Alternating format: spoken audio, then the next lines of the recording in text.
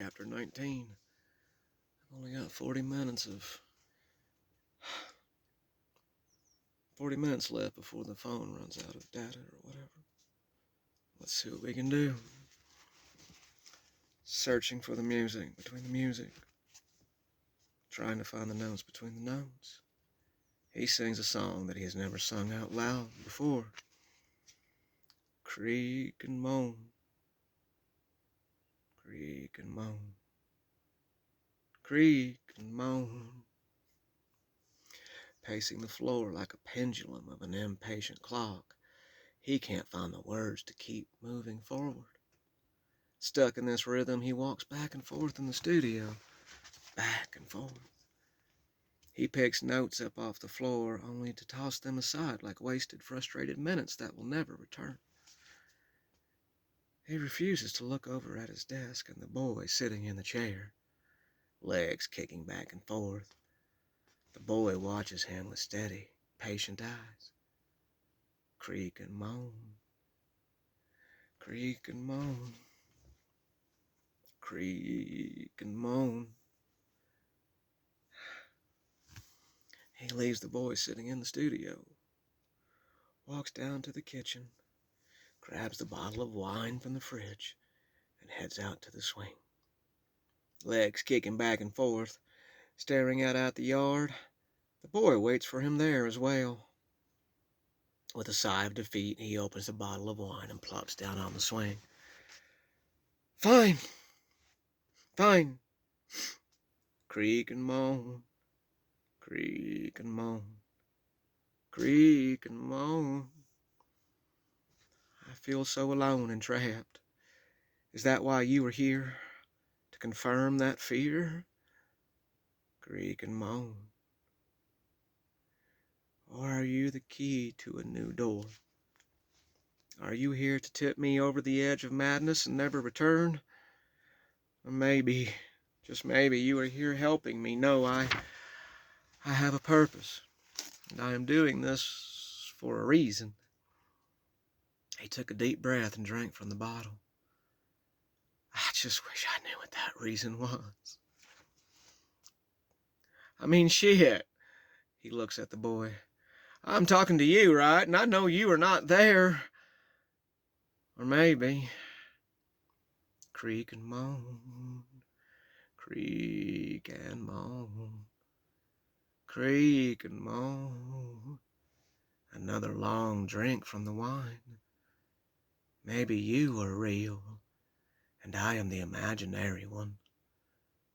You are still on the rope, and you have created me to deal with the time until that fucking rope tightens and ends all of this madness. Perhaps I am realizing that more and more now.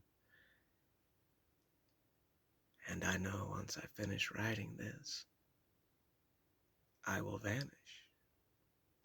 I will no longer exist.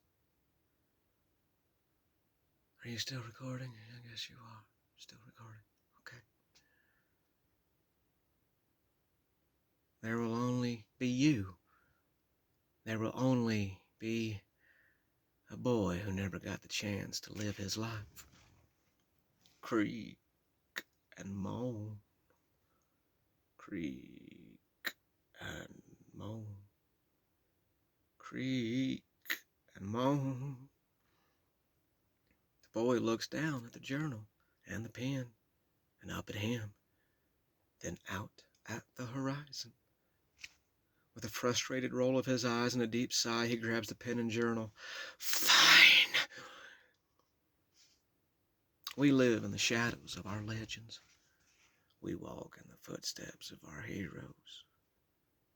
We follow the music they have created, and they guide us through our lives and give us a strength and confidence we normally would not have had without them. They are called our heroes for a reason. In life, heroes often fail. They have their own faults, their own demons, and they deal with a hard, chaotic, sometimes even terrifying life the way we all do, the best they can. but they lived by what they heard and felt inside of them. Whatever song called to them to defy the odds, to be themselves, to do what seemed like the impossible, to do it and believe in it, truly believe in it. That is something we all look for in our own lives. We need that hero when the truth inside of us starts to become a doubt. Creak and moan, creak and moan, creak and moan. Where am I? Okay, I don't understand. It's recording. I don't understand. I don't fucking care. Just record.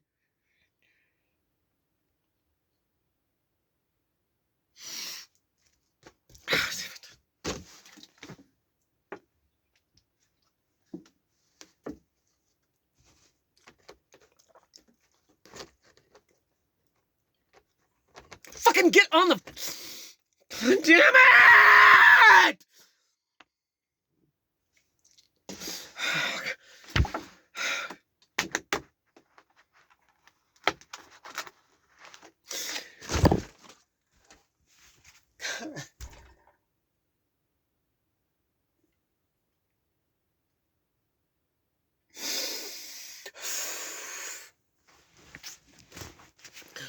A punk rock goddess of love and a life lesson. We fall into certain rhythms in our lives, and it feels like no matter how hard we try, we just can't change it. There is a steady, intense wave that moves us along with a powerful, terrifying undertow we cannot escape. The harder we try to break free from the current, the more the undertow pulls us along. This undertow can be work that is not going well, a close friend who is struggling with their demons, struggling with our own demons, perhaps.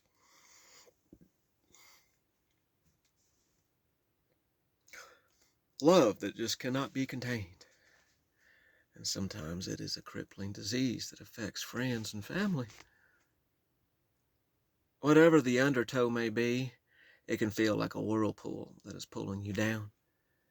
There is just absolutely nothing you can do but swim against the current and try to breathe as you are sucked into the abyss. For several weeks, that undertow took me to school and back home to find Pop either in bed or sitting at the kitchen table, head in hand, hovering over that damn pink trash can. There was nothing else in our lives. Just a repetitious rhythm and the feeling it was going to be like that forever. School was a moment in the tide, and that was all. I stopped talking to my friends and teachers and chose once again to vanish into the stories. It was becoming so much easier to live life that way. Returning home, I would empty Pop's trash can, fix something to eat, then I would go up to my room and hide. Hours would be spent twirling the green stick in the air until I got the stories right and ready for the journals. Green stick, I gotta fucking piss so